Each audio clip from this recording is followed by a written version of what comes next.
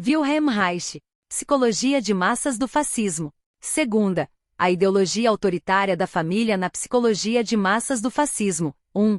O Führer e a estrutura de massas. Se a história do processo social deixasse aos historiadores reacionários o tempo suficiente para, umas décadas mais tarde, especularem sobre o passado alemão, certamente eles viriam no êxito de Hitler, no período entre 1928 e 1933, uma prova de que um grande homem sozinho pode fazer história, se inflamar as massas com a sua ideia. Na realidade, a propaganda nacional-socialista baseou-se nesta ideologia do Führer. Os propagandistas do nacional-socialismo não só conheciam pouco o mecanismo do seu êxito, como também eram pouco capazes de compreender a base histórica do movimento nacional-socialista. Isso pode ser muito bem ilustrado através de um artigo do nacional-socialista Wilhelm Stapel, publicado nessa época, com o título de Cristianismo e Nacional-Socialismo. Início da citação de Wilhelm Stapel, abre aspas, sendo o nacional-socialismo um movimento elementar, não se pode vencê-lo com argumentos.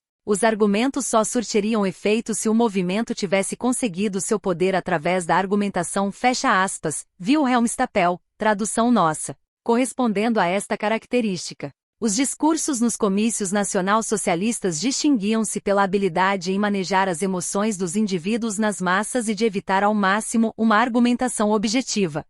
Hitler acentuou em várias passagens da sua obra Mein Kampf que a tática certa, em psicologia de massas, consistia em prescindir da argumentação, apontando às massas apenas o grandioso objetivo final. A natureza do objetivo final depois da subida ao poder ficou clara no caso do fascismo italiano.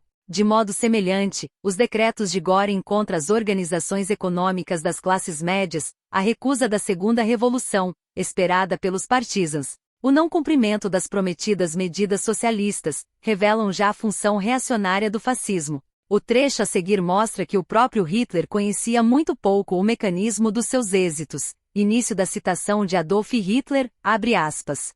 Esta generalidade do enfoque que nunca deve ser abandonada combinada com a ênfase sistemática e constante garantirá o amadurecimento do nosso sucesso final. E depois, para nosso espanto, veremos os resultados estrondosos a que levará esta perseverança, resultados quase além da nossa compreensão, fecha aspas, Adolf Hitler, tradução nossa.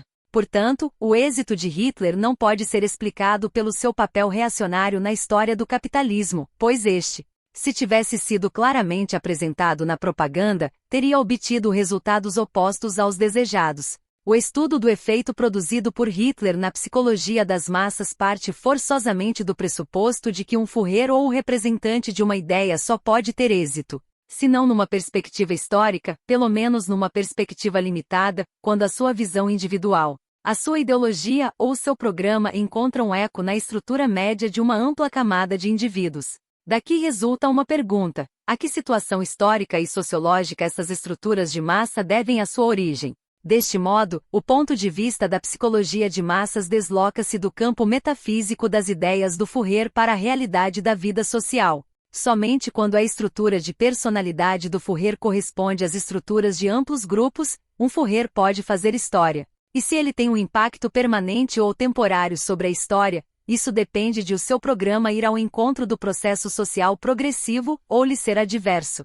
Por isso, é errado tentar explicar o êxito de Hitler apenas com base na demagogia do nacional-socialismo, no embotamento das massas, no seu engodo ou até com o conceito vago de psicose nazi, como fizeram os comunistas e, mais tarde, outros políticos. Pois o que interessa é compreender por que motivo as massas se mostraram receptivas ao engodo, ao embotamento ou a uma situação psicótica. Sem saber exatamente o que se passa nas massas, não é possível resolver o problema. Apontar para a função reacionária do movimento de Hitler não é suficiente. O êxito maciço do Partido Nacional Socialista da Alemanha contradisse essa função reacionária. Milhões de pessoas apoiaram a sua própria opressão, o que representa uma contradição que só pode ser explicada de um ponto de vista de psicologia de massas, e não de um ponto de vista político ou econômico. O nacionalsocialismo recorreu a diversos métodos em relação às diversas camadas e fez promessas diferentes, conforme a classe social de que necessitava no momento.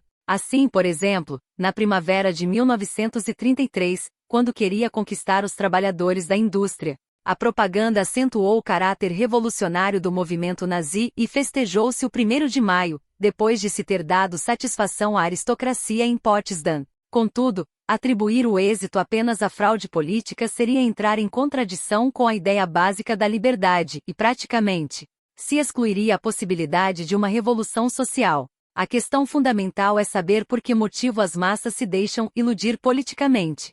Se tinham a possibilidade de avaliar a propaganda dos diferentes partidos políticos, por que motivo não descobririam que Hitler simultaneamente prometia a expropriação dos meios de produção, quando se dirigia aos trabalhadores, e dava garantias contra a expropriação, quando se dirigia aos capitalistas? A estrutura pessoal e a história de vida de Hitler não são relevantes para a compreensão do nacionalsocialismo, mas é interessante notar que a origem da classe média baixa nas suas ideias coincidia, nos seus traços essenciais, com as estruturas de massas que avidamente aceitaram essas ideias. 2.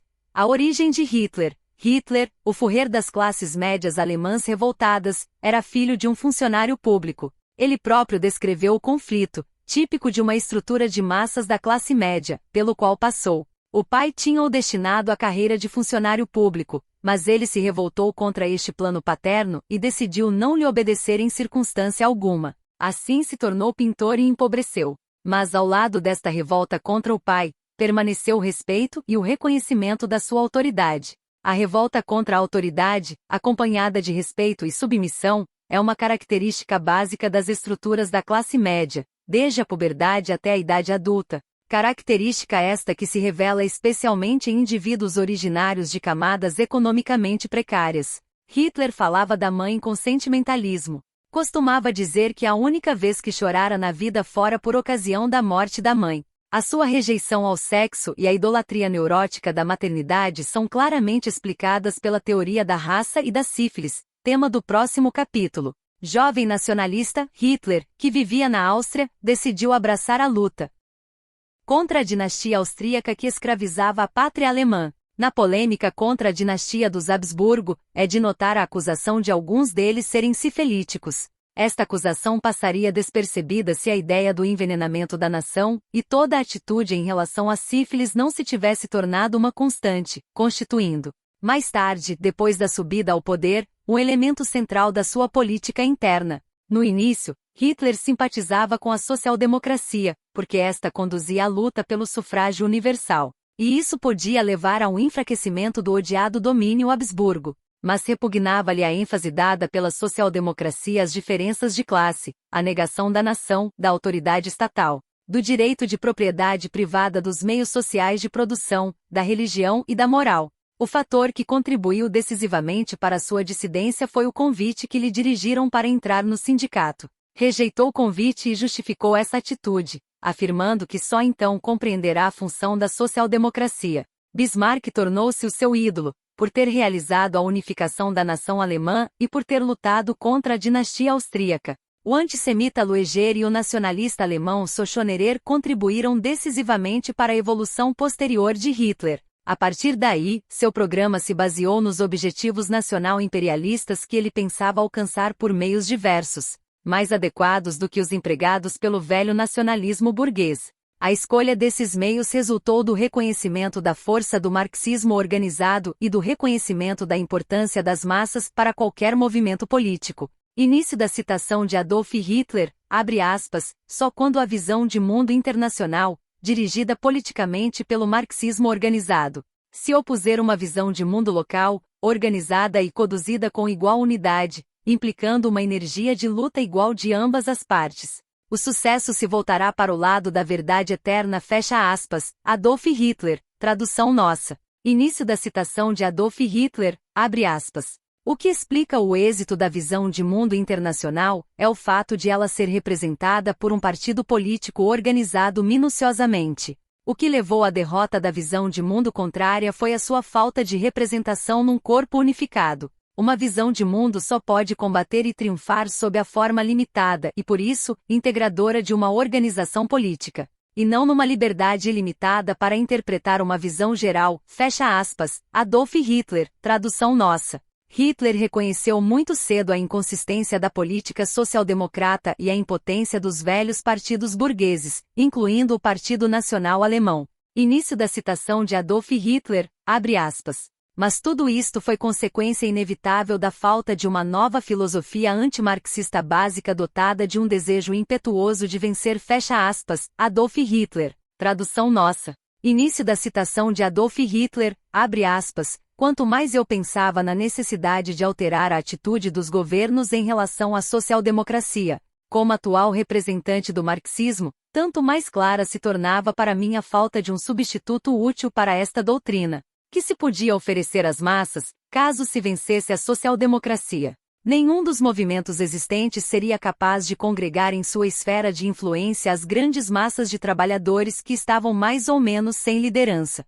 É insensato e estúpido acreditar que os fanáticos internacionalistas, dissidentes do partido da sua classe, se integrarão num partido burguês, portanto, numa nova organização de classe, fecha aspas, Adolf Hitler, tradução nossa. Início da citação de Adolf Hitler, abre aspas, os partidos burgueses, como a si próprios se designam, nunca mais conquistarão para suas fileiras as massas proletárias. Pois trata-se de dois mundos opostos, em parte natural, em parte artificialmente, que só se podem relacionar entre si através da luta. Mas triunfará o mais jovem, que é o marxismo, fecha aspas, Adolf Hitler, tradução nossa. A tendência antissoviética do nacional-socialismo revelou-se bastante cedo.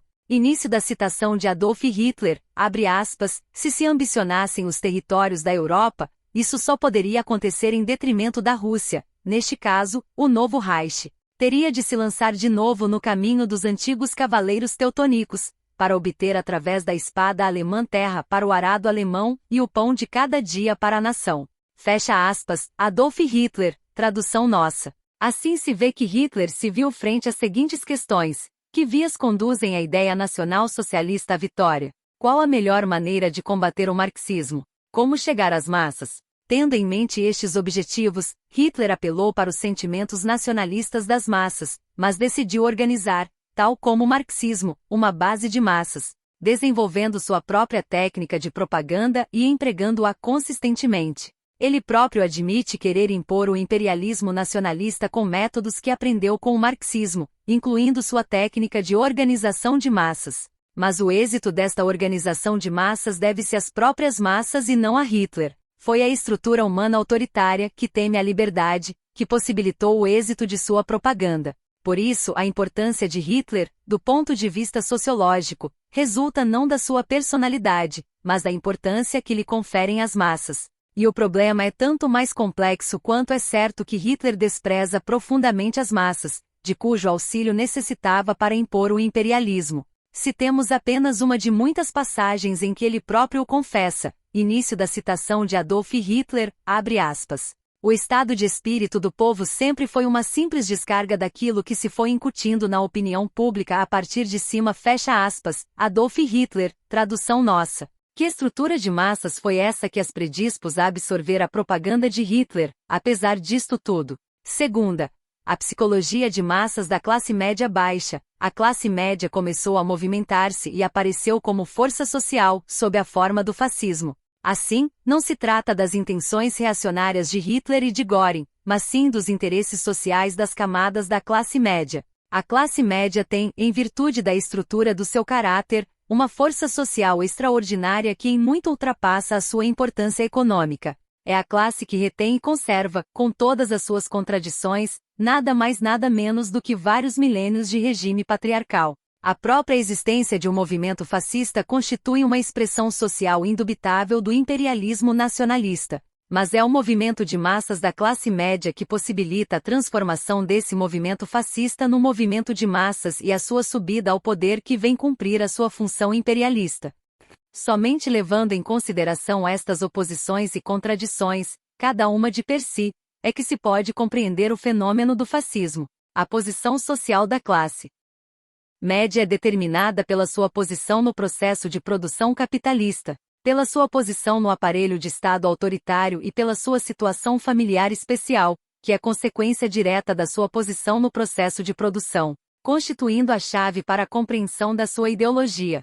A situação econômica dos pequenos agricultores, dos burocratas e dos empresários de classe média não é exatamente a mesma, do ponto de vista econômico, mas caracteriza-se por uma situação familiar idêntica, nos seus aspectos essenciais. O rápido desenvolvimento da economia capitalista no século XIX, a mecanização contínua e rápida da produção, a reunião dos diversos ramos da produção em consórcios e trusts monopolistas, constituem a base do progressivo empobrecimento dos comerciantes da classe média baixa. Não conseguindo concorrer com a grande indústria, de funcionamento mais barato e mais racional, as pequenas empresas estão irremediavelmente perdidas.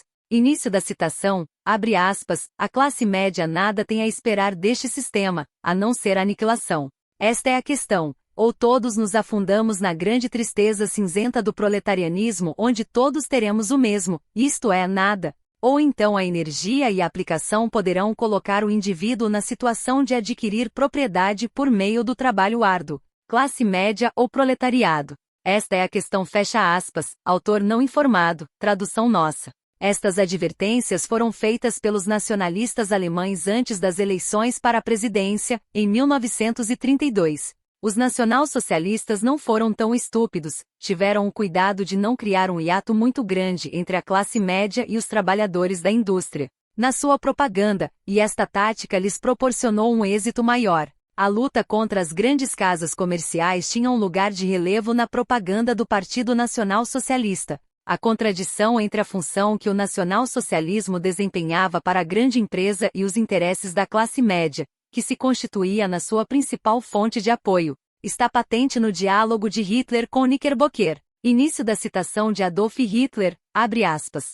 Não faremos depender as relações germano-americanas de uma loja de miudezas referente ao destino das lojas Woolworth em Berlim. A existência de tais empresas encoraja o bolchevismo. Elas destroem muitas pequenas empresas. Por isso não as aprovaremos, mas pode ter a certeza de que as suas empresas na Alemanha não serão tratadas de modo diverso do que as empresas alemãs do mesmo tipo. Fecha aspas, Adolf Hitler, tradução nossa. Depois da subida ao poder, nos meses de março e abril, verificou-se um saque maciço dos grandes armazéns, que logo foi freado pela direção do Partido Nacional Socialista por meio da proibição de intervenções autocráticas na economia e da dissolução de organizações da classe média. As dívidas privadas aos países estrangeiros sobrecarregavam muitíssimo a classe média. Mas, enquanto Hitler era a favor do pagamento das dívidas privadas, porque em política externa, dependia do cumprimento das exigências estrangeiras, os seus adeptos exigiam a anulação dessas dívidas. A classe média baixa revoltou-se, portanto, contra o sistema, que ela entendia ser o regime marxista da social-democracia. Mas por mais que essas camadas da classe média baixa tentassem se organizar numa situação de crise, o certo é que a concorrência econômica entre as pequenas empresas impedia que se desenvolvesse um sentimento de solidariedade comparável ao dos trabalhadores das indústrias. Já pela sua própria situação social, o indivíduo da classe média baixa não podia se solidarizar nem com a sua classe social, nem com os trabalhadores da indústria. Com a sua classe social, porque nela a competição é a regra, com os trabalhadores da indústria, porque o que mais temia era, exatamente, a proletarização. Contudo, o movimento fascista provocou a união da classe média baixa. Qual foi a base dessa aliança, em termos de psicologia de massa? A resposta a esta pergunta reside na posição social dos funcionários públicos e privados da classe baixa e média. O funcionário público encontra-se, geralmente, numa posição econômica inferior à do trabalhador industrial especializado. Esta posição inferior é parcialmente compensada pelas pequenas perspectivas de fazer carreira e, especialmente no caso do funcionário público, pela pensão vitalícia. Extremamente dependente da autoridade governamental, esta camada desenvolve um comportamento competitivo entre colegas, que é contrário ao desenvolvimento da solidariedade. A consciência social do funcionário público não se caracteriza pelo fato de ele compartilhar o mesmo destino que os seus colegas de trabalho, mas pela sua atitude em relação ao governo e à nação. Isso consiste numa total identificação com o poder estatal e, no caso do funcionário de uma empresa, numa identificação com a empresa em que trabalha. Ele é tão submisso quanto o trabalhador industrial. Por que motivo não desenvolve o mesmo sentimento de solidariedade que o trabalhador industrial? Isso se deve à sua posição intermediária entre a autoridade e os trabalhadores manuais. Devendo obediência aos superiores, ele é simultaneamente o representante dessa autoridade diante dos que estão abaixo dele e, como tal, goza de uma posição moral, embora não material, privilegiada. O mais perfeito exemplo deste tipo psicológico é o sargento de qualquer exército. A força desta identificação com o patrão está patente no caso de empregados de famílias aristocráticas, como mordomos e camareiros, que se transformam completamente no esforço para esconder sua origem inferior, assumindo as atitudes e a maneira de pensar da classe dominante, aparecendo muitas vezes como caricatura das pessoas a quem servem. Essa identificação com a autoridade, com a empresa, com o Estado ou com a nação, que se traduz na expressão, eu sou o Estado, a autoridade, a empresa, a nação, revela uma realidade psíquica e constitui um dos melhores exemplos de uma ideologia que se transformou em força material. O empregado ou funcionário público começa por desejar assemelhar-se ao seu superior, até que gradualmente, a constante dependência material acaba transformando toda a sua pessoa, de acordo com a classe dominante. Sempre disposto a se adaptar à autoridade, o indivíduo da classe média baixa acaba criando uma clivagem entre a sua situação econômica e a sua ideologia. A sua vida é modesta, mas tenta aparentar o contrário, chegando frequentemente a tornar-se ridículo. Alimenta-se mal e deficientemente, mas atribui grande importância a andar bem vestido.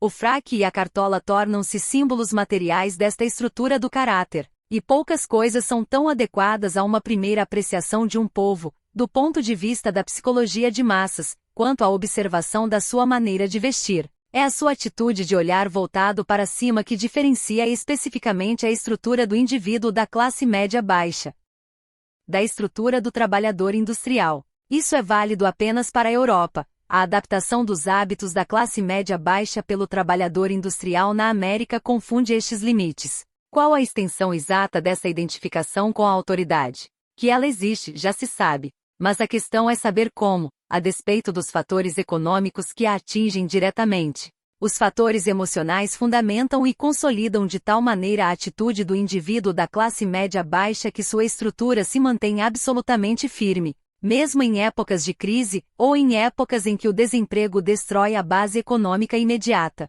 Afirmamos anteriormente que a posição econômica das diferentes camadas da classe média baixa não é a mesma, mas que a sua situação familiar é idêntica, nos traços essenciais. É precisamente na situação familiar que encontramos a chave para o fundamento emocional da estrutura que descrevemos: laços familiares e sentimentos nacionalistas. A situação familiar das diversas camadas da classe média baixa não é diferenciada a partir da situação econômica imediata.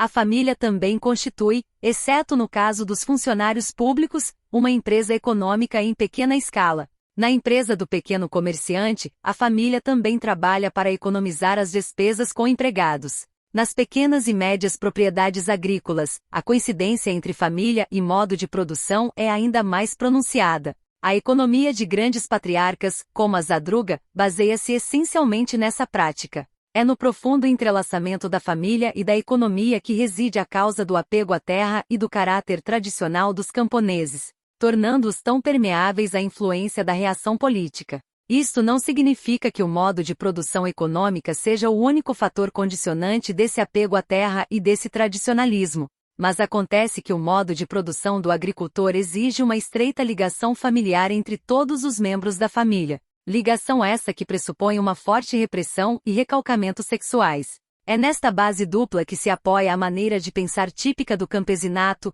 cujo cerne é formado pela moralidade sexual patriarcal. Em outra parte descreve as dificuldades que o governo soviético teve de enfrentar na época da coletivização da agricultura. Não foi apenas o amor à terra, mas essencialmente a relação familiar criada pela terra que deu origem a tantas dificuldades. Início da citação de Adolf Hitler, abre aspas. A possibilidade de se preservar uma classe camponesa saudável como a base para toda uma nação nunca será suficientemente valorizada. Muitos dos nossos sofrimentos atuais são apenas consequências de uma relação pouco saudável entre a população urbana e a população rural. Uma sólida estirpe de pequenos e médios camponeses foi, em todos os tempos, a melhor proteção contra os males sociais que agora nos afetam. e é também a única solução para assegurar à nação o pão de cada dia dentro do circuito interno da economia. A indústria e o comércio recuam da sua posição dominante pouco saudável e se integram no âmbito geral da economia nacional,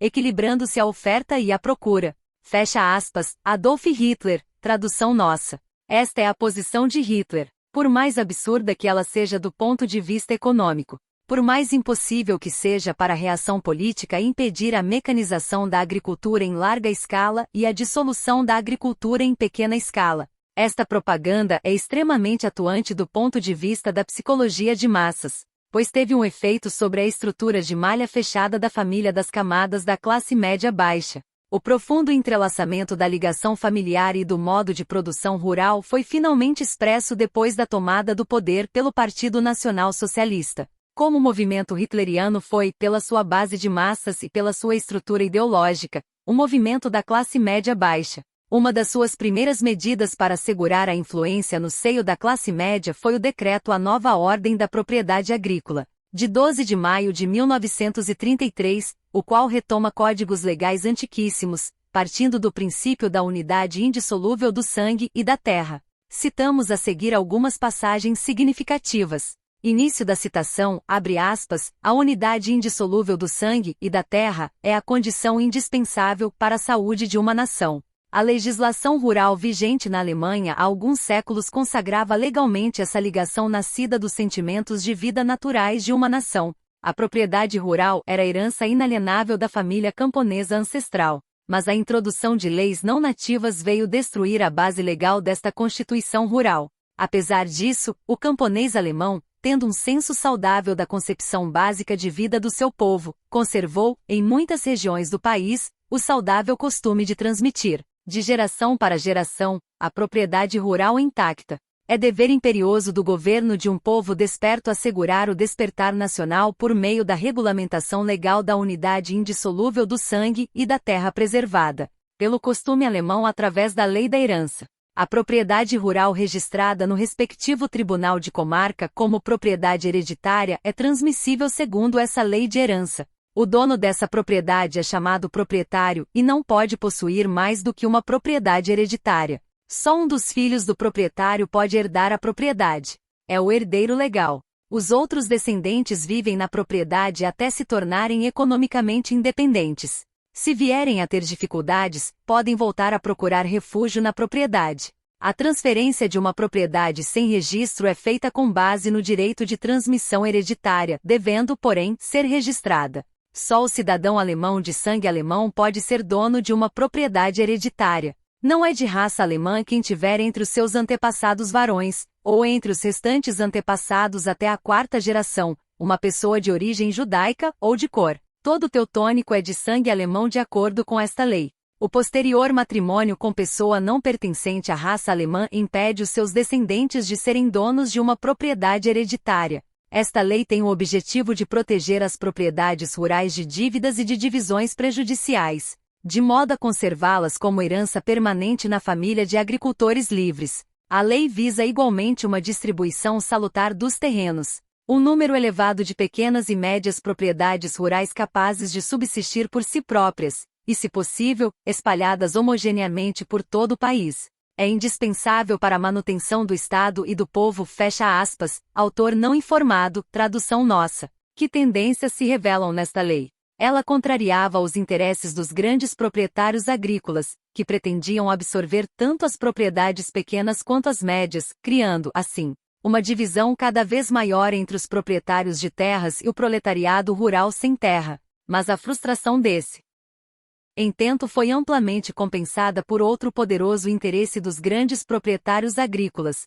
o de conservar a classe média rural, que constituía a base de massas do seu poder. Não é apenas por ser dono de propriedade privada que o pequeno proprietário se identifica com o grande proprietário, embora isso por si signifique muito. O que importa aqui é a preservação do clima ideológico dos pequenos e médios proprietários, isto é, o clima que existe nas pequenas empresas operadas por uma unidade familiar. Esse clima é conhecido por produzir os melhores combatentes nacionalistas e por imbuir as mulheres de fervor nacionalista. Isto explica por que a reação política está sempre falando na influência do campesinato na preservação da moralidade. Trata-se, porém, de uma questão de economia sexual. Essa ligação entre modos individualistas de produção e família autoritária na classe média baixa é uma das muitas fontes da ideologia fascista da família grande. Voltaremos a esta questão em outro contexto. A competição econômica das pequenas empresas entre si corresponde ao fechamento e à competição familiar,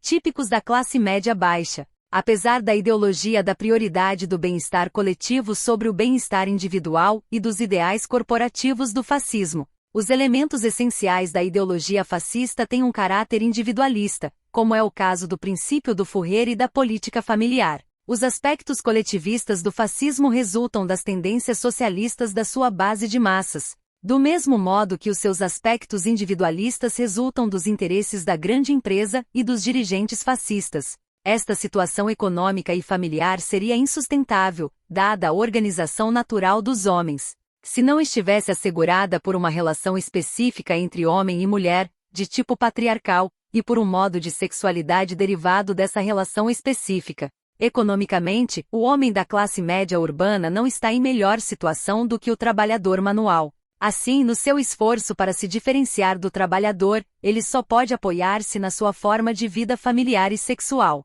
Suas privações econômicas têm de ser compensadas por meio do moralismo sexual. No caso do funcionário público, esta motivação é o elemento mais importante de sua identificação com o poder, uma vez que ele se encontra numa situação inferior à da classe média alta, mas mesmo assim se identifica com ela. É necessário que as ideologias sexuais moralistas compensem a insuficiência da situação econômica. Os modos de vida sexual e de vida cultural dela dependentes estão fundamentalmente a serviço de uma diferenciação em relação à classe inferior. A soma destas atitudes moralistas que acompanham a atitude em relação ao sexo, e que são geralmente classificadas como filistinas, culmina nas ideias. Dizemos ideias e não atos, de honra e de dever. Devemos avaliar devidamente o efeito que estas duas palavras provocam na classe média baixa, para depois nos darmos ao trabalho de estudá-las minuciosamente. São uma constante da ideologia fascista da ditadura e da teoria da raça.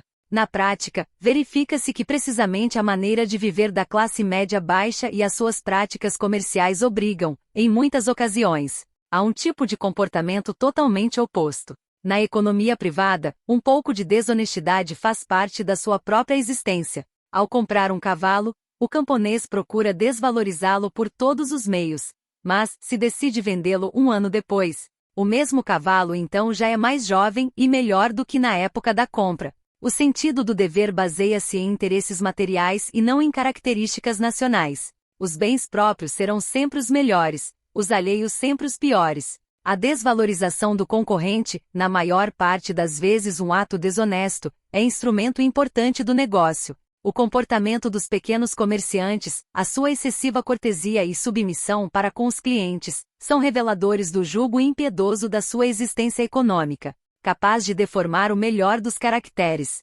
Contudo, os conceitos de honra e de dever desempenham um papel importantíssimo para a classe média baixa. Esse papel não pode ser explicado exclusivamente por intenções dissimuladoras de origem material, pois, apesar de toda a hipocrisia, o êxtase derivado das noções de honra e dever é autêntico. Resta saber qual a sua verdadeira origem. A sua origem está na vida emocional inconsciente, que começou por ser ignorada e cujas relações com aquela ideologia geralmente se prefere continuar ignorando. Mas uma análise das pessoas da classe média baixa não deixa quaisquer dúvidas quanto à importância da relação entre a vida sexual e a ideologia da honra e do dever. Em primeiro lugar, a posição política e econômica do pai reflete-se nas relações patriarcais com os restantes membros da família. O Estado autoritário tem o pai como seu representante em cada família, o que faz da família um precioso instrumento do poder. A posição autoritária do pai reflete o seu papel político e revela a relação da família com o Estado autoritário. A posição que o superior hierárquico assume em relação ao pai, no processo de produção, é por este assumida dentro da família. Ele reproduz nos filhos, especialmente nos de sexo masculino, a sua atitude de submissão para com a autoridade. É deste tipo de relações que resulta a atitude passiva e obediente do indivíduo da classe média baixa fez-se a figura do Führer. Hitler apoiou-se, sem disso ter consciência profunda, neste tipo de atitudes da classe média baixa quando escreveu, início da citação de Adolf Hitler, abre aspas, O povo, na sua esmagadora maioria, tem natureza e atitude tão femininas que os seus pensamentos e ações são determinados muito mais pela emoção e sentimento do que pelo raciocínio. Esse sentimento não é complicado, pelo contrário, são muito simples e claros. Não há muitas nuances, há sempre um positivo e um negativo, amor ou ódio, certo ou errado, verdade ou mentira, e nunca situações intermediárias ou parciais. Fecha aspas. Adolf Hitler, tradução nossa. Não se trata de uma disposição inerente, mas de um exemplo típico da reprodução do sistema social autoritário na estrutura dos seus membros. É que a posição do pai exige as mais rigorosas limitações sexuais à mulher e aos filhos, enquanto as mulheres, sob as influências da classe média baixa, criam uma atitude de resignação forçada por uma revolta sexual recalcada. Os filhos criam, além da atitude submissa para com a autoridade, uma forte identificação com o pai, que forma a base da identificação emocional com todo tipo de autoridade. Ainda falta muito tempo para descobrir como é possível que a criação das estruturas psíquicas da camada básica da sociedade se adapte tão bem à estrutura econômica e aos objetivos das forças dominantes como as peças de um instrumento de precisão. Aquilo que descrevemos como reprodução estrutural do sistema econômico de uma sociedade na psicologia de massas é, para todos os efeitos, o mecanismo básico do processo de formação de ideias políticas. A atitude de concorrência econômica e social só muito mais tarde contribui para o desenvolvimento da estrutura da classe média baixa. O pensamento reacionário que é moldado nesse estágio é uma continuação secundária dos processos psíquicos que já se verificam na criança educada numa família autoritária. Há, por um lado, a competição entre as crianças e os adultos, e por outro, com consequências muito mais abrangentes, a competição entre os filhos de uma família no relacionamento com seus próprios pais. Na infância, está a competição que mais tarde, na idade adulta e fora da família, se torna sobretudo econômica, ocorre especialmente no nível das relações amor-ódio, altamente emocionais, entre os membros da mesma família. Não nos compete aqui estudar minuciosamente essas relações, pois elas devem ser objeto de investigações especiais. Aqui basta fixar a seguinte conclusão: as inibições e fraquezas sexuais, que se constituem nos pré-requisitos fundamentais para a existência da família autoritária e são o princípio essencial da formação estrutural do indivíduo da classe média baixa, são mantidas por meio do temor religioso, traduzindo-se no sentimento de culpa sexual, fortemente arraigado nas emoções. É esta a origem do problema da relação entre a religião e a negação do desejo sexual. A fraqueza sexual tem como consequência uma diminuição da autoconfiança, que em alguns casos é compensada pela brutalização da sexualidade e em outros, por uma rigidez do caráter, a compulsão para controlar a própria sexualidade, para manter o recalcamento sexual, provoca o desenvolvimento de concepções patológicas e altamente emocionais de honra e dever, coragem e autodomínio. Para melhor compreensão dessas relações, aconselha-se a leitura da obra Da Moral der Kraft, do nacional-socialista Ernst Mann. Mas a patologia e a emotividade destas atitudes psíquicas contrastam fortemente com a realidade do comportamento individual. O ser humano genitalmente satisfeito é honrado, responsável, corajoso e controlado, sem disso fazer muito alarde. Tais atitudes são uma parte orgânica da sua personalidade. Pelo contrário, o indivíduo genitalmente enfraquecido, afetado por contradições na sua estrutura sexual, tem de estar constantemente atento para controlar a sua sexualidade, para preservar a sua dignidade sexual, para resistir às tentações. Todos os adolescentes e crianças, sem exceção, conhecem a luta contra a tentação da masturbação. No decorrer desta luta, começam a desenvolver-se todos os elementos da estrutura do homem reacionário. É na classe média baixa que essa estrutura se revela mais desenvolvida e mais fortemente enraizada. Todas as formas de misticismo retiram as suas energias mais fortes, e parcialmente, até o seu conteúdo, dessa repressão compulsiva da sexualidade. Na medida em que sofrem as mesmas influências da sociedade, também os trabalhadores industriais desenvolvem atitudes correspondentes. No entanto, dado seu modo de vida diferente do modo de vida da classe média baixa, as forças de afirmação sexual são muito mais pronunciadas neles e também muito mais conscientes. A consolidação afetiva destas estruturas por meio de uma ansiedade inconsciente e o seu disfarce por traços de caráter aparentemente assexuais tornam impossível atingir. esses níveis profundos da personalidade apenas por meio de argumentos racionais. A importância de que se reveste esta conclusão para a política sexual prática será examinada no último capítulo. Em que medida a luta inconsciente contra as próprias necessidades sexuais gera o desenvolvimento do pensamento metafísico e místico é uma temática que não pode ser aqui abordada em detalhe. Limitar-nos-emos a mencionar um aspecto típico da ideologia nacional socialista. É conhecida a escala de valores: honra pessoal, honra da família, honra da raça, honra nacional.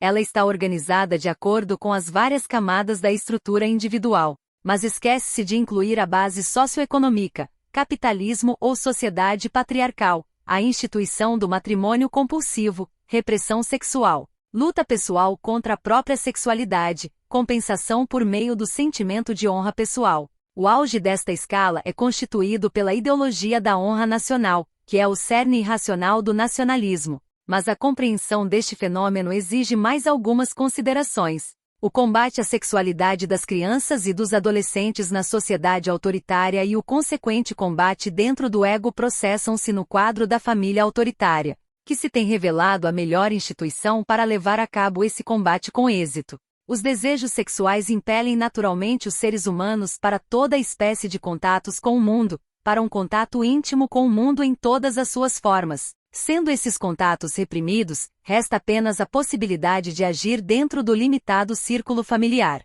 A inibição sexual constitui a base tanto do encerramento dos indivíduos no seu círculo familiar como na consciência pessoal individual. Deve-se ter presente que os tipos de comportamento metafísico, individual e sentimental familiar não são mais do que aspectos diferentes do mesmo processo de negação sexual. Ao passo que o modo de pensar voltado para a realidade, não místico, se identifica com relações familiares descontraídas e com uma atitude, no mínimo, de indiferença para com a ideologia sexual ascética. É importante notar que a inibição sexual constitui o elo de ligação à família autoritária e que o vínculo biológico original da criança com a mãe e da mãe com a criança forma a barricada contra a realidade sexual e leva a uma fixação sexual indissolúvel e a uma incapacidade de estabelecer novas relações. O complexo de Édipo descoberto por Freud não é tanto causa como, muito mais, consequência da repressão sexual exercida pela sociedade sobre a criança. No entanto,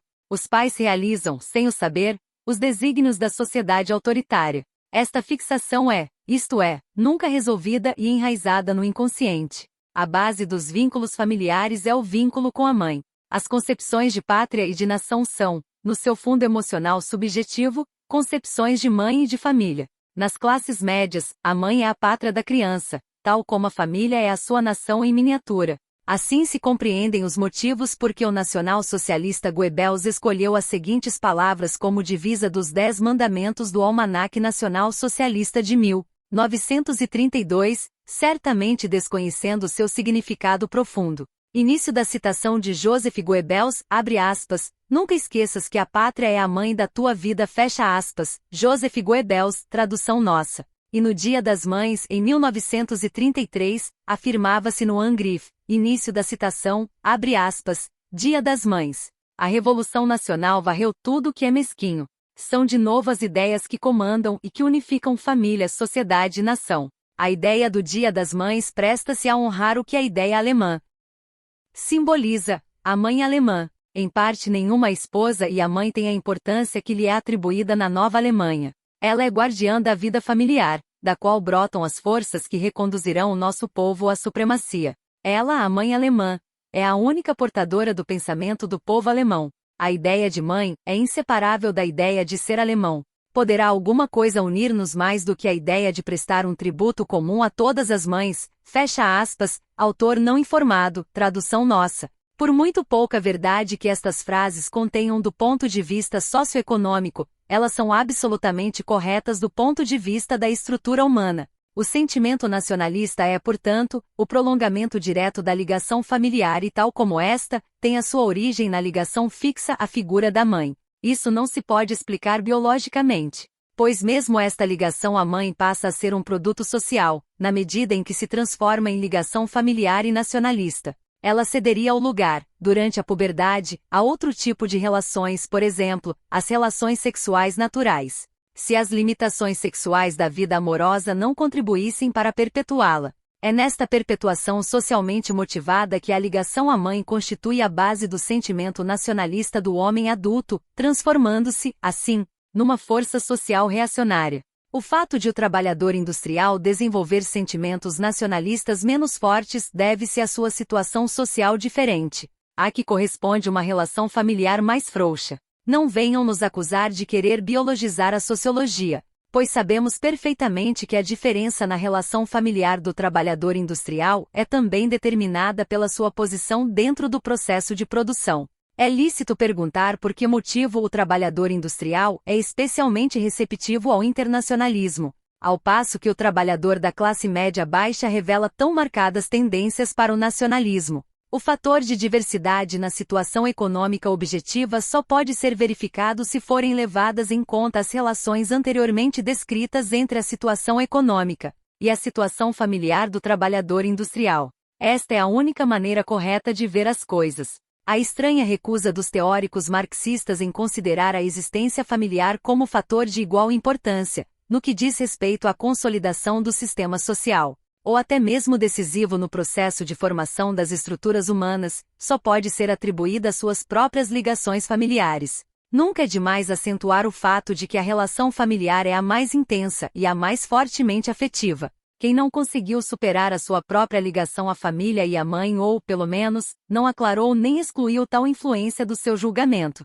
deve abster-se de estudar o processo de formação das ideologias. Quem classificar depreciativamente estes fatos como freudianos só conseguirá provar a sua cretinice científica. Devem-se apresentar argumentos objetivos, em vez de afirmações ocas e não fundamentadas. Freud descobriu o complexo de Édipo. Só esta descoberta veio tornar possível uma política familiar revolucionária. Mas Freud está tão distante de tal exploração e interpretação sociológica da ligação familiar quanto o economista mecanicista o está da compreensão da sexualidade, como fator social. Podem-se apontar algumas aplicações erradas do materialismo dialético, mas não se devem negar fatos que já eram conhecidos de qualquer trabalhador antes de Freud ter descoberto o complexo de Édipo. E não se resolve o problema do fascismo com chavões, mas sim com conhecimentos. Os erros são possíveis e reparáveis, mas a tacanhice científica é reacionária. Continuemos a nos debruçar sobre a ligação da ideologia familiar com a ideologia nacionalista. As famílias encontram-se tão demarcadas umas em relação às outras como as próprias nações entre si. As causas últimas dessa separação e oposição são, em ambos os casos, econômicas. A família da classe média baixa, dos funcionários públicos e privados inferiores, vive sob a permanente pressão de preocupações materiais, como a alimentação e outras. A tendência da família numerosa da classe média baixa para a expansão econômica também reproduz a ideologia imperialista. A nação precisa de espaço e de alimentos. É necessariamente isto que torna o indivíduo da classe média baixa tão receptivo à ideologia imperialista. Ele consegue identificar-se inteiramente com o conceito personificado de nação. É assim que o imperialismo familiar é ideologicamente reproduzido no imperialismo nacional. Revestem-se de interesse, neste contexto, algumas frases escritas por Goebbels na brochura Die Verfluchen a Kreuzler, da Eher Verlag, em Munique, para responder à pergunta sobre se o judeu é um ser humano. Início da citação de Joseph Goebbels, abre aspas, alguém bate com um chicote na face da tua mãe, ainda por cima agradeces. É um ser humano? Não, não é um ser humano, é um monstro. Quantas coisas piores não fez e continua a fazer o judeu à nossa mãe Alemanha. Ele conspurcou a nossa raça, esmoreceu a nossa vitalidade, estragou os nossos costumes e quebrou a nossa força. O judeu personifica o demônio da decadência, inicia sua criminosa carnificina do povo, fecha aspas, Joseph Goebbels, tradução nossa. É preciso conhecer o significado da ideia de castração como castigo do prazer sexual. É preciso compreender o fundo psicológico sexual das fantasias de rito assassino e do próprio antissemitismo como tal, e além disso, é preciso avaliar corretamente o sentimento de culpa sexual e as necessidades sexuais do homem reacionário, para conseguir avaliar o efeito produzido por estas frases, escritas inconscientemente, sobre a emotividade inconsciente dos que as leram. É neste tipo de afirmação e em seu impacto emocional que reside a origem psicológica do antissemitismo do nacionalsocialismo. Poder-se haver nisto apenas um processo de embotamento das massas? Sem dúvida, em parte. Não se compreendeu que o fascismo é, ideologicamente, a resistência de uma sociedade sexual e economicamente agonizante às tendências dolorosas, mas decididas, do pensamento revolucionário para a liberdade tanto sexual como econômica, libertação esta que só de a imaginar, provoca um medo enorme no homem reacionário. Quer dizer, ao processo de libertação econômica dos trabalhadores está inevitavelmente associada uma dissolução das velhas instituições, especialmente daquelas que governam a política sexual, para a qual o homem reacionário, e mesmo o trabalhador industrial, desde que a sua maneira de sentir seja reacionária, não está preparado.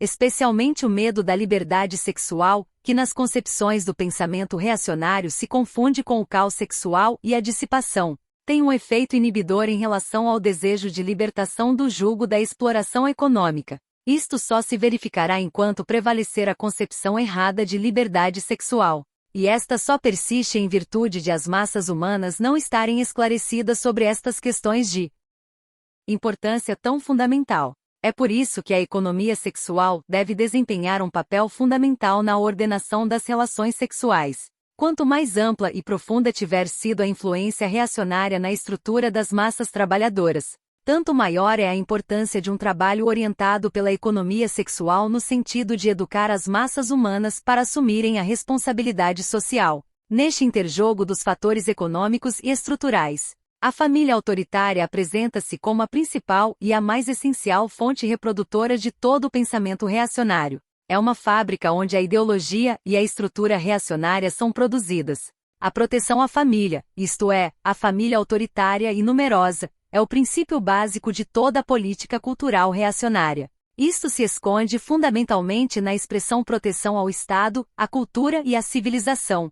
No Manifesto Eleitoral do Partido Nacional Socialista, para as eleições presidenciais de 1932, em Adolf Hitler, Mein Programm, pode-se ler. Início da citação, abre aspas, a mulher é por sua natureza e destino, a companheira do homem. Isso os torna companheiros tanto na vida como no trabalho. A evolução econômica processada através dos séculos, do mesmo modo que transformou os setores de trabalho do homem, também alterou, logicamente, os campos de atividade da mulher. Além da obrigação do trabalho comum, pesa sobre o homem e sobre a mulher o dever de conservar a espécie humana. Nesta mais nobre missão dos sexos nós também descobrimos as bases de seus talentos que têm a sua origem nas predisposições individuais com que a providência, na sua eterna sabedoria, dotou o homem e a mulher de forma inalterável. Por isso é um dever superior possibilitar aos dois companheiros de vida e de trabalho a constituição da família.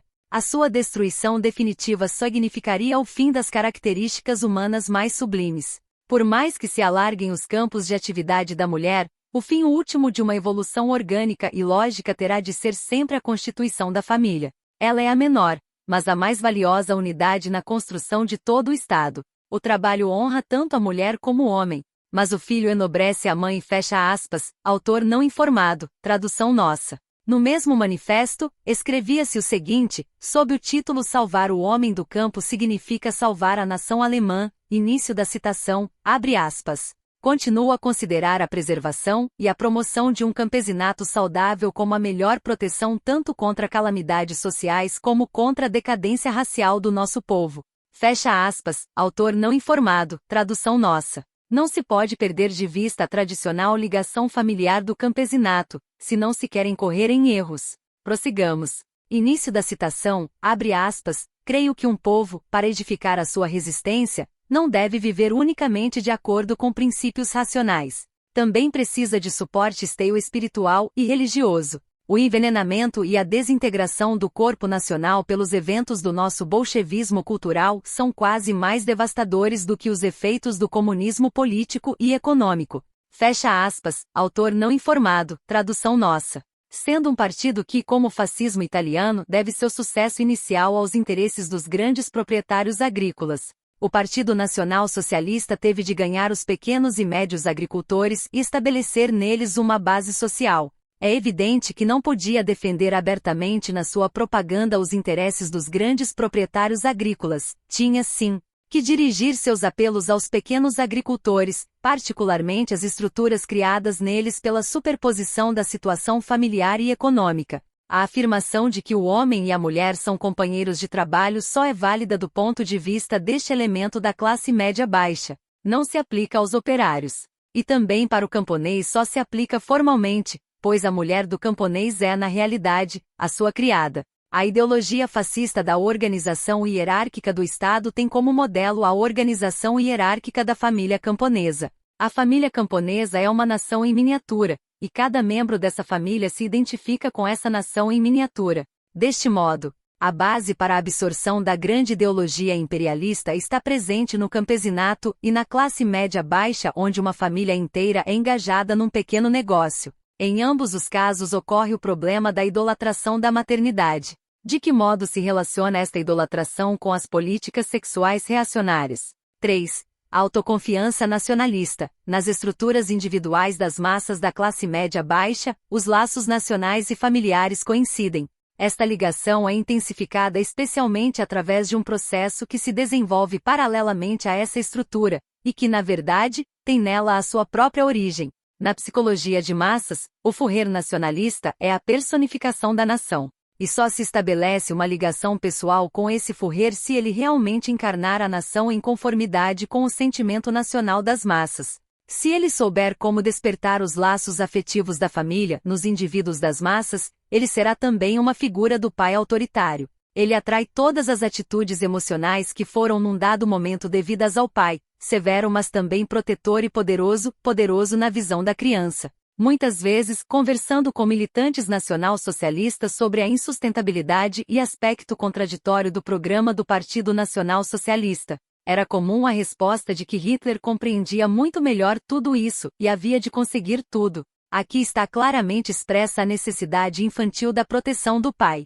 Transpondo isto para a realidade social, é esta necessidade das massas populares da proteção de alguém que torna o ditador capaz de conseguir tudo. Esta atitude das massas populares impede a autogestão social, isto é, a autonomia e cooperação nacionais. Nenhuma democracia autêntica poderá ou deverá assentar sobre tal base. Mas ainda mais importante é a identificação dos indivíduos das massas com o Fourier. Quanto mais desamparado o indivíduo de massa se tornou, em consequência da sua educação, mais acentuada é a sua identificação com o Fourier, isto é, mais a necessidade infantil de proteção é disfarçada sob a forma de um sentimento em relação ao Fourier. Esta tendência à identificação constitui a base psicológica do narcisismo nacional, isto é, a autoconfiança que cada homem individualmente retira da grandeza da nação. O indivíduo reacionário da classe média baixa descobre-se no Fourier, no Estado autoritário. Devido a esta identificação, sente-se defensor da herança nacional, da nação,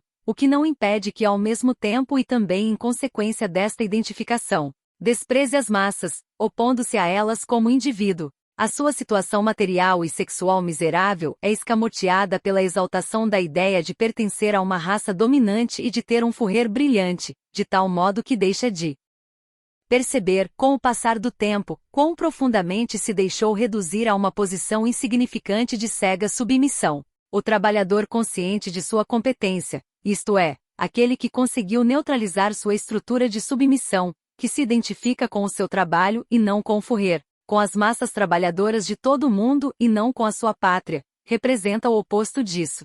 Sente-se líder, não porque se identifique com o Fourier, mas porque tem consciência de realizar um trabalho que é vital para a existência da sociedade. Quais são as forças emocionais que atuam aqui?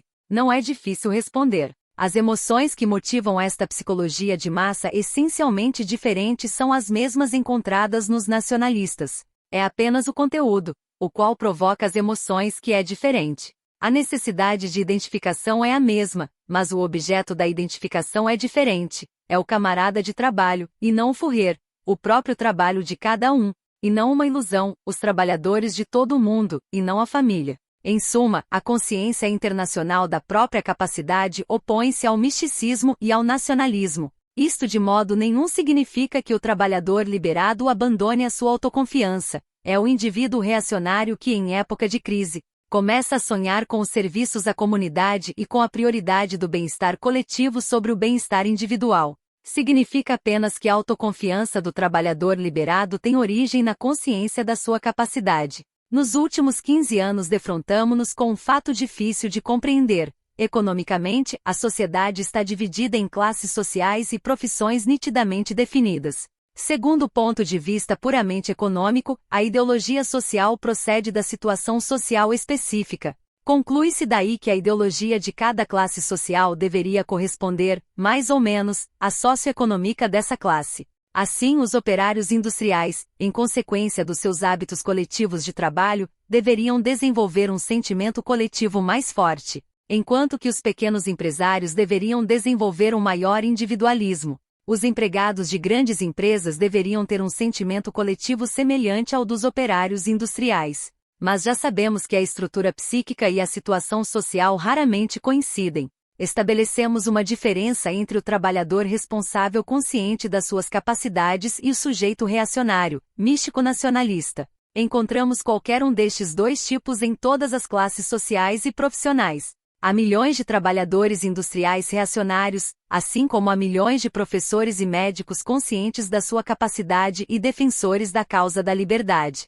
Portanto, não há uma simples relação mecânica entre a situação social e a estrutura do caráter. A situação social é apenas uma condição externa que tem influência no processo ideológico do indivíduo. Passaremos agora a investigar as forças instintivas através das quais as várias influências sociais ganham um controle exclusivo sobre as emoções. Mas para começar, uma coisa é certa: a fome não é uma delas, pelo menos não é o fator decisivo.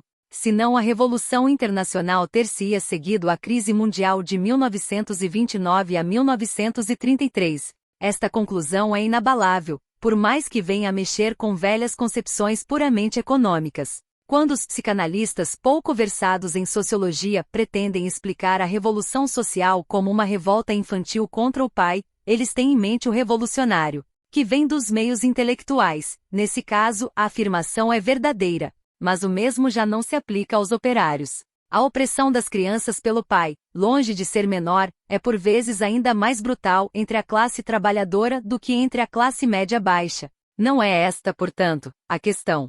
O que distingue especificamente estas classes reside no seu modo de produção e na atitude em relação ao sexo que deriva desses modos de produção. Entre os operários industriais, a sexualidade também é reprimida pelos pais. Mas as contradições a que estão sujeitos os filhos dos operários industriais não se verificam na classe média-baixa. Na classe média-baixa, vemos apenas a repressão da sexualidade. A atividade sexual que se verifica nesta classe é mera expressão da contradição entre o impulso sexual e a inibição sexual. A situação é diferente entre os operários industriais. Ao lado da ideologia moralista, eles possuem suas próprias concepções sexuais, mais acentuadas, em alguns casos, menos em outros, mas diametralmente opostas à ideologia moralista. A isto se junta a influência exercida pelas condições de habitação e seu relacionamento estreito no trabalho. Todos estes fatores atuam em sentido contrário ao da ideologia sexual moralista.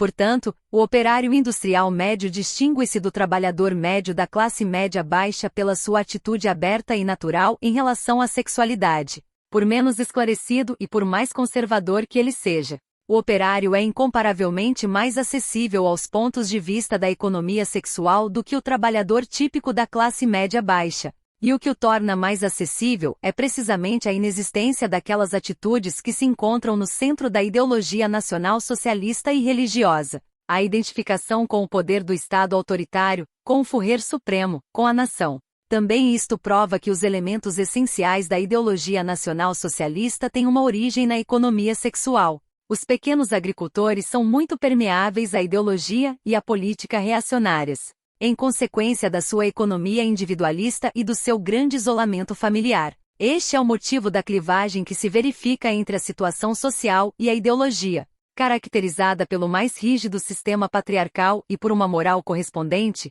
esta camada desenvolve, contudo, formas naturais, embora deformadas, na sua sexualidade, tal como entre os operários industriais. Em contraste com os trabalhadores da classe média baixa, os jovens desse meio começam a ter relações sexuais bastante cedo, mas, em consequência da severa educação patriarcal, a juventude revela perturbações ou tendências brutais, O sexo é praticado em segredo, é comum a frigidez das mulheres. Assassinatos por motivo sexual e um ciúme violento, bem como a escravização da mulher, são fenômenos típicos entre os camponeses. Em parte, nenhuma histeria é tão frequente como no meio rural. O casamento patriarcal é o objetivo máximo da educação, ditado pela economia rural. Nos últimos decênios, começou a se concretizar entre o operariado industrial um processo ideológico. As manifestações materiais deste processo são mais evidentes na cultura da aristocracia dos trabalhadores, mas também pode ser constatado no operariado médio. O operariado industrial do século XX não é o proletariado do século XIX referido por Karl Marx. Adotou, em larga extensão, as convenções e os pontos de vista das camadas burguesas da sociedade. É certo que a democracia burguesa formal não aboliu as fronteiras econômicas entre as classes, tal como não aboliu os preconceitos raciais. Mas as tendências sociais que ela permitiu surgir apagaram as fronteiras ideológicas e estruturais entre as várias classes sociais. Verifica-se o aburguesamento cada vez maior do operariado industrial da Inglaterra, da América, da Escandinávia e da Alemanha. Para compreender como o fascismo se infiltra no seio da classe trabalhadora, é necessário acompanhar este processo desde a democracia burguesa até as medidas de emergência, a supressão do parlamento e a clara ditadura fascista. 4. A domesticação dos operários industriais. O fascismo penetra nos grupos de trabalhadores por duas vias, o chamado lumpenproletariado, pela corrupção material direta, e a aristocracia dos trabalhadores, também por meio da corrupção material, como pela influência ideológica. Na sua falta de escrúpulos políticos, o fascismo alemão prometeu tudo a todos. No artigo Capitalismo de Jarmer, publicado no jornal Angriff de 24 de setembro de 1931, encontra-se o seguinte. Início da citação de Jarmer, abre aspas, no Congresso do Partido Nacionalista Alemão, em Stettin, Hugenberg insurgiu-se, com agradável clareza, contra o capitalismo internacional, mas acentuou na mesma ocasião a necessidade de um capitalismo nacional. Assim, voltou a traçar a linha de demarcação entre os nacionalistas alemães e os nacional-socialistas, pois estes têm consciência de que o sistema econômico capitalista, neste momento decadente em todo o mundo, tem de ser substituído por um sistema novo, porque mesmo no capitalismo nacional não pode reinar a justiça.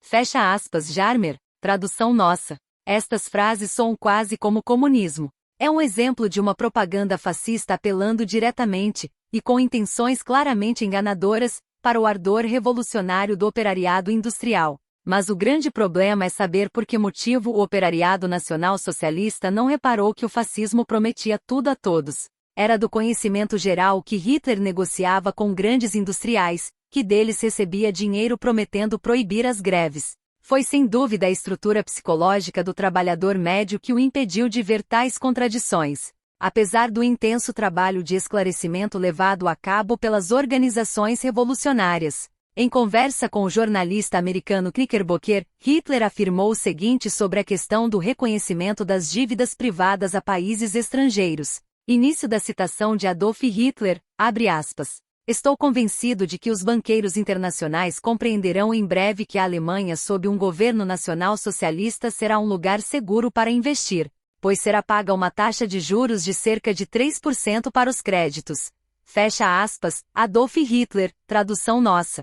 Se a propaganda revolucionária cabia a tarefa importantíssima de esclarecer o proletariado, o certo é que ela não podia limitar-se a apelar para sua consciência de classe, nem a chamar constantemente sua atenção para a situação econômica e política objetiva, e muito menos a desmascarar permanentemente o engano de que ele era vítima. A primeira de todas as tarefas da propaganda revolucionária deveria ter sido a de levar em consideração e compreender as contradições dos trabalhadores. O fato de que não se estava diante de uma clara vontade revolucionária, temporariamente obscurecida, mas, sim, diante do fato de que os elementos revolucionários existentes na estrutura psíquica se encontravam, em parte, ainda por se desenvolver e em parte, absorvidos por elementos estruturais reacionários que se opunham a eles.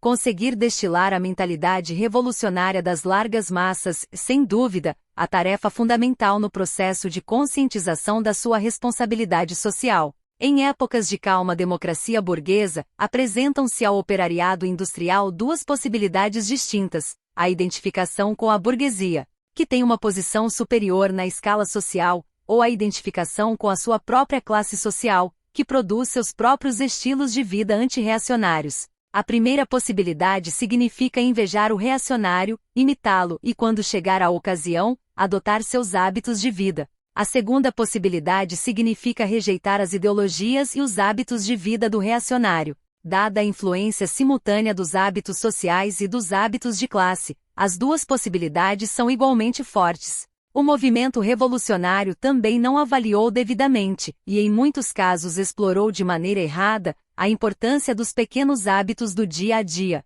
aparentemente irrelevantes.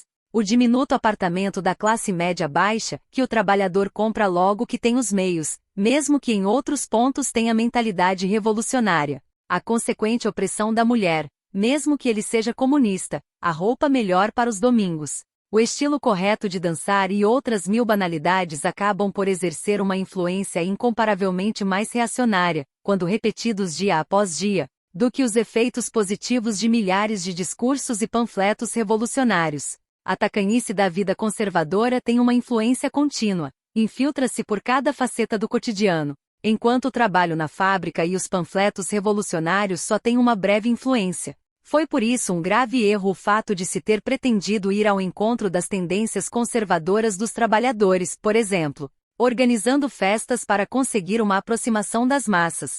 O fascismo reacionário soube ser muito mais eficiente. Não se alimenta a construção de hábitos de vida revolucionários. O vestido longo que a mulher do trabalhador adquiria para ir a tal festa é muito mais revelador da estrutura reacionária dos trabalhadores do que uma centena de artigos de jornal. O vestido longo ou a recepção em casa com cerveja são apenas os sinais exteriores de um processo no trabalhador, uma prova do fato de que a predisposição para receber a propaganda nacional socialista já existia. E se o fascista, além disso, ainda prometia a abolição do proletariado e com essa promessa, era bem-sucedido, isso era devido, em 90% dos casos, não ao programa econômico apresentado, mas ao vestido longo. Devemos prestar muito mais atenção a estes fenômenos do cotidiano. É sobre esses detalhes, e não com frases políticas que só provocam um entusiasmo passageiro, que se constrói concretamente o progresso social ou seu contrário. Neste ponto, há um trabalho importante e frutífero a realizar. O trabalho revolucionário com as massas na Alemanha tem se limitado quase exclusivamente à propaganda contra a fome. A base desta propaganda, embora muito importante, mostrou-se estreita. A vida dos indivíduos das massas é constituída por milhares de coisas que se passam nos bastidores. Por exemplo, o jovem trabalhador, logo que tenha podido saciar um pouco a fome, é imediatamente dominado por inúmeras preocupações de natureza sexual e cultural. A luta contra a fome é de importância primordial, mas os processos ocultos da vida humana têm de ser trazidos à luz crua do palco, em que somos, a um só tempo, atores e espectadores, e isto deve ser feito sem reserva e sem medo das consequências. Os trabalhadores devem mostrar-se extremamente criativos nesta tentativa de desenvolverem suas próprias concepções de vida e sua própria visão das coisas. O fato de dominar os problemas sociais da vida cotidiana proporcionará um entusiasmo invencível às massas humanas agora envenenadas pela reação. É indispensável estudar estes problemas detalhada, concreta e objetivamente, pois isso assegurará e acelerará a vitória da revolução. E não se venha objetar que tais propostas são utópicas. Somente esgotando todas as possibilidades de um modo de vida específico de democracia do trabalho, assumindo uma posição militante contra o pensamento reacionário e desenvolvendo militantemente a semente de uma cultura viva das massas humanas é que a paz duradoura será assegurada. Enquanto a irresponsabilidade social reacionária predominar sobre a responsabilidade social, o trabalhador muito dificilmente poderá tornar-se revolucionário, isto é, assumir um comportamento racional. Essa é ainda uma outra razão pela qual o trabalho psicológico entre as massas é tão imperativo. O desprezo pelo trabalho manual, que é o elemento básico da tendência para imitar o trabalhador de colarinho branco reacionário, constitui a base psicológica em que o fascismo se apoia logo que começa a se infiltrar nas classes trabalhadoras. O fascismo promete a abolição das classes, isto é, a abolição da condição de proletário, e assim joga com a inferioridade social sentida pelo trabalhador manual. Além disso, os trabalhadores vindos do campo para a cidade trazem consigo sua ideologia familiar que, como já demonstrado, é o terreno mais propício à ideologia nacionalista e imperialista. A isto vem juntar-se um processo ideológico no seio do movimento dos trabalhadores, ao qual até agora se tem prestado muito pouca atenção quando se avaliam as possibilidades de êxito do movimento revolucionário nos países de fraco ou de forte desenvolvimento industrial. Kautsky considerou que, politicamente, o trabalhador da Inglaterra, altamente industrializada, é menos desenvolvido que o trabalhador de um país com fraco desenvolvimento industrial, como a Rússia. Os acontecimentos políticos ocorridos nos diversos países do mundo durante os últimos 30 anos mostraram claramente que é mais fácil verificarem-se movimentos revolucionários em países de fraco desenvolvimento industrial, como a China, o México ou a Índia, do que na Inglaterra, nos Estados Unidos e na Alemanha. Isto apesar dos movimentos de trabalhadores mais bem treinados e organizados, herdeiros de velhas tradições, que existem nestes países, pondo de lado a burocratização do movimento de trabalhadores, que é em si mesma um sintoma patológico. Surge o problema do forte enraizamento do conservantismo na social-democracia e nos sindicatos nos países ocidentais. Do ponto de vista da psicologia de massas, a social-democracia apoia-se nas estruturas conservadoras dos seus adeptos. Tal como no caso do fascismo, também aqui o problema está menos na política perseguida pelas lideranças partidárias do que na base psicológica dos trabalhadores. Permitam-se mencionar alguns fatos significativos que poderão esclarecer um ou dois enigmas. No capitalismo primitivo verificava-se, além de uma rigorosa divisão econômica entre a burguesia e o proletariado, uma divisão ideológica igualmente nítida e, em particular, uma divisão estrutural. A inexistência de qualquer espécie de política social, as castrantes 16 ou mesmo 18 horas de trabalho diário, o baixo nível de vida do operário industrial, como aparece na descrição clássica de Engels em A Situação da Classe Operária na Inglaterra, não permitiam qualquer assimilação estrutural do proletariado pela burguesia.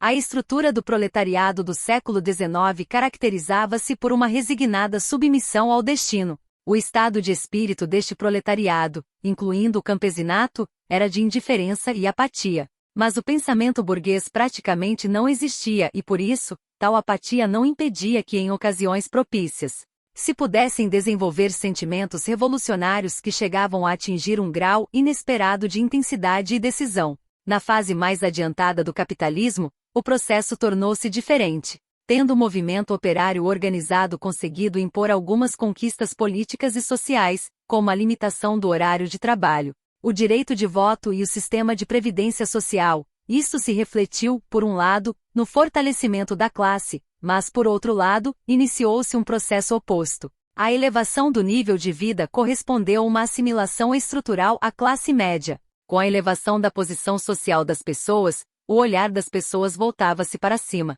Esta adoção dos hábitos da classe média intensificou-se em épocas de prosperidade, mas o consequente efeito desta adaptação, em épocas de crise econômica, foi obstruir o desenvolvimento da consciência revolucionária. A força da social-democracia durante os anos de crise mostra quão completamente os trabalhadores estavam contaminados por esta mentalidade conservadora. Assim, esta força não deve ser explicada apenas no âmbito puramente político. Interessa agora compreender também os seus elementos essenciais. Aqui sobressaem dois fatos: a ligação emocional ao chefe político, isto é, a fé inabalável na infalibilidade do chefe, apesar de todas as críticas nunca postas em prática, e a assimilação à moral sexual da classe média baixa conservadora. Esta assimilação à classe média tem sido, em toda parte, promovida energicamente pela classe média alta. Esta, se no início tinha recorrido ligeiramente ao cacetete, guardava-o agora na reserva, enquanto o fascismo ainda não triunfara,